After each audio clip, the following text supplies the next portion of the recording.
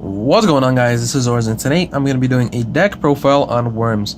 Now, isn't your typical worm yang zing deck. This is actually actual worms. So I'm doing this profile after work. So please, ignore this. So yeah, sorry about that, but it takes a while to get that out. But anyways, I'm playing the worms because this is my favorite deck of all time. Every format I will 100% build this, no matter what, even if it fails. If it fails, I'm not gonna post a profile because it has been failing for the past 2 years. Because I don't know, the pendulums we're too good. Zodiac's too good. You know what I'm saying? But plus I quit the game, so I don't really have time to build that shit. So, anyways. I did come back for the June 12th format, and I wanted to build the worms. And I found out a couple of engines that go really well with the deck and that fix a lot of problems that this deck has. So yeah, let's just get straight into the profile, explain what the cards do, the ratios and whatever. So, of course, we're playing the triple worms X. This is you guys gonna dump the Yang into the graveyard to splash summon it. This is pretty much a +1. Playing the one worm yang, the two worm yang, sorry, not one. If the only monster you control is worms X, and this card's in your graveyard, press summon face down defense, and when it's flipped face up, you have to bounce a monster back your opponent controls to their hand. It's a mandatory effect, so keep that in mind. But this goes very well with the Kaiju engine that we do play, so it's really good. Yeah, and I'm playing the one worm king for the trap card, so you have to play him. Play one because we don't ever want to draw him. So yeah. For the Invoke engine, I do play 3 Aliaster, whatever his name is. This deck, never really had a way to use the extra deck. If you've seen my past profiles, I did use the Traptrix engine to, try to have some sort of a rank full toolbox in the extra deck, because worms by themselves do not use the extra deck. The deck was made to not use the extra deck because it was made in I believe 2011, where only synchros were out and there's no tuner for worms. But yeah, so we have to use the extra deck because it's such a powerful resource. You know what I'm saying? So the best engine to do that is the invoked engine, because there's so many different type of monsters, and it takes away resources from your opponent. So it's really good. It's very consistent as well, because we have pretty much 6 search cards for him for the Alistair. So we have the 3 terraforming and the 3 magical meltdown. So it's pretty consistent to get him out. So yeah, that's why we play him. And as I said before, we do play the Kaiju engine. So, with the Kaiju engine, it fixes our, matchup against True Draco. And plus it has a really good interaction with Yang Yan, where you can, sorry about that, Kaiju your opponent's monster, like a Masterpiece, for example, and flip Worm Yang Yan to your hand to get the Kaiju back. So you pretty much get a free board clear. So it's really good.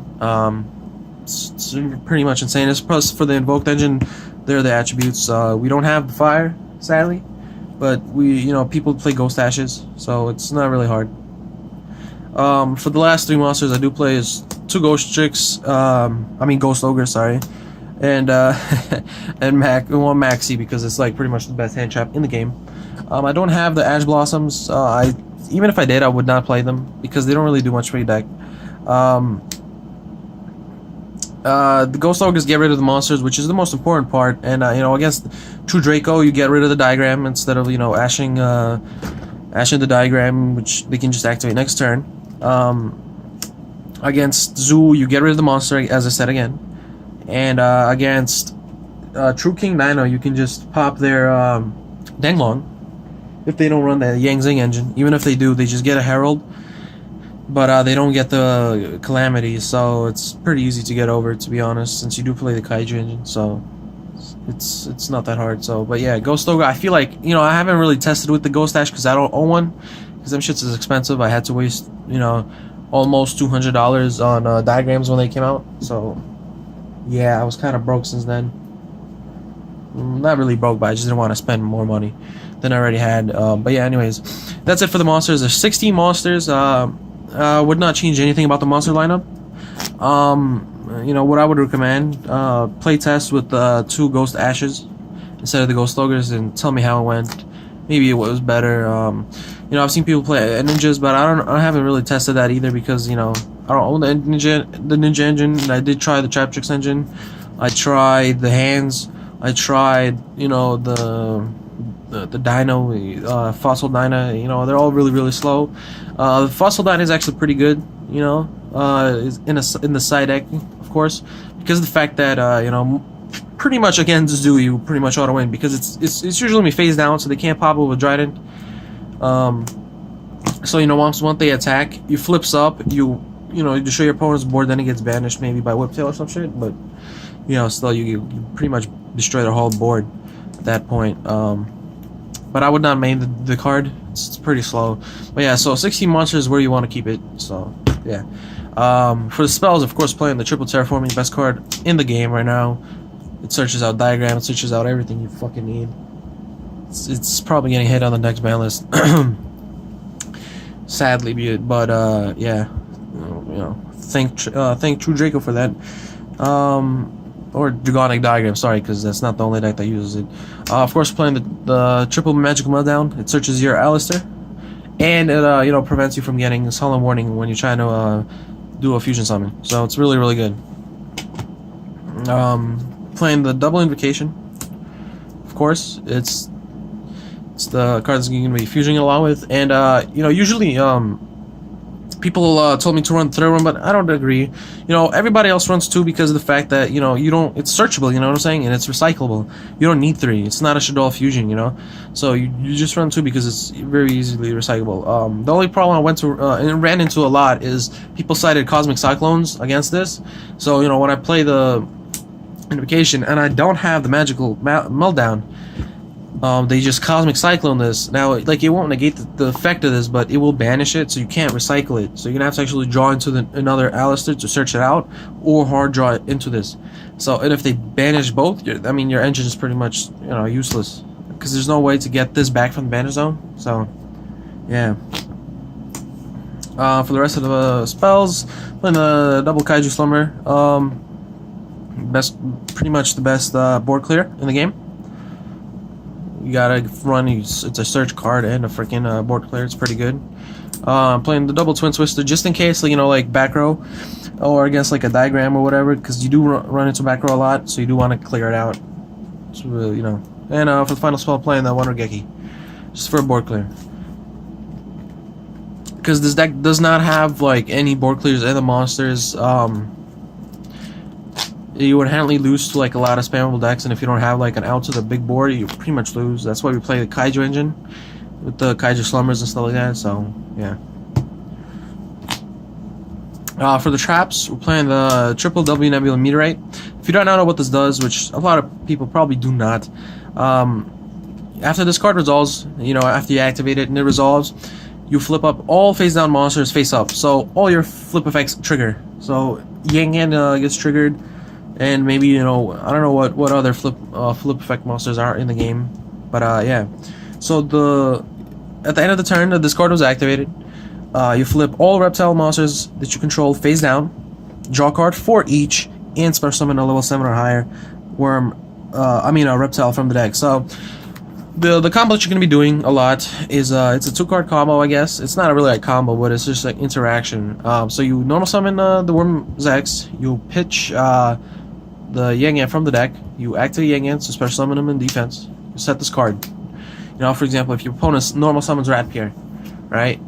You wait for him to send, and then you wait for him to Xyz and into like a Chalk and Eye, so you know he plays around Ghost Ash, he activates effect to special summon a Ratpier. If you don't have like an out to that, what you have to do is play it before he activates his effect. So like on the summon, you activate this. So before he activates to summon a Ratpier, because you know you pretty much lose necking on that.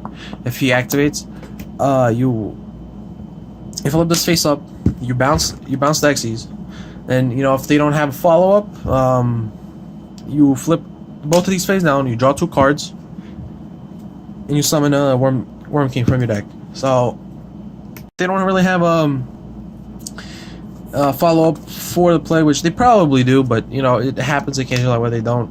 They're gonna lose out a lot of advantage, and that's pretty much how you win in the game, in the deck.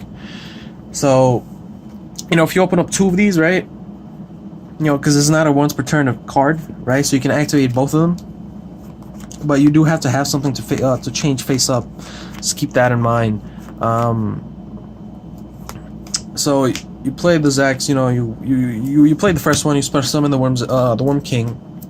If you have a second one, you can flip it face up at the end of the turn. You know, draw a card, you know, flip this face up, put all these face down because it's also a reptile monster. You draw 3 cards, and you don't have another guy to summon. But yeah, it's a really strong draw card.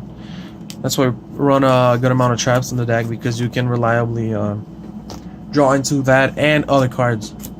So yeah, this card is really good against decks that don't really have many follow-ups. That's why I also run Ghost Ogre. You know, if they have a Zodiac Barrage to follow up, you can just Ghost Ogre it and destroy the Zodiac Barrage.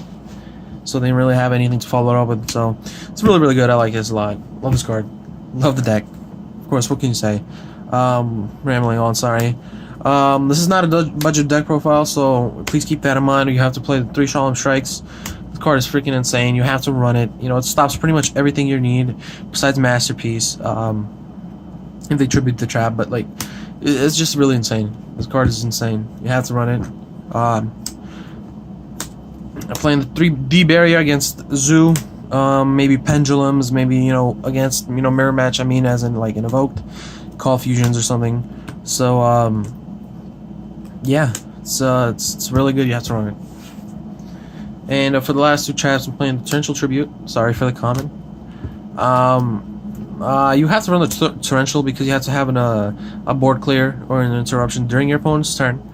So you want to have this, you know, in your arsenal. And I'm playing the 1 Bottomless. It's not actually really good right now in the format because everything is like 1500 or less. Less than 1500, sorry. Like, you know, all the zoos, they pretty much have like 0 attack or something. Only Third Blade has 16. Everything else is under 15. You know, True Draco, they're not really immune except maybe Masterpiece. But yeah, they can just chain to summon. I mean, to set or activate a card with the water guy. You know what I'm saying? They can. It's like not good. I would play Solemn Warning over this, but I don't have the Solemn Warning right now, which is ironic. But yeah, I would play Solemn Warning over the Bottomless, but I have the Bottomless in there for now. Maybe the game would be, you know, the 4 Solemn cards might be a better choice than running the Bottomless. But yeah, so that's it for the main deck. It's a 40 card main deck. 11 spells, 11 traps, 16 monsters.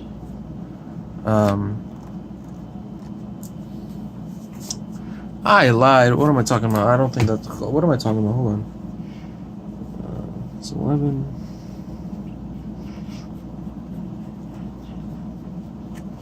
Okay, I'm sorry. That was 13 spells, not 11. I did my math wrong. So yeah, let's get our token out of the way. For the extra deck, playing the Invoked Engine, so we gotta play the Tumakaba. Because our deck is primarily light. Because of the worms. I'm playing double Megalentia against Zoo. It's really good. It's big OTKs with this. Playing the 1 Raijin against any wind deck, I guess. And we have a target with the Bug Kaiju, so it's really good. And, you know, against mirror match, usually I have like Wind Witch or something, so you can just use that. The 1 Water for the Pele zoning matchup, it never really came up. Against the Merlin matchup, it never came up.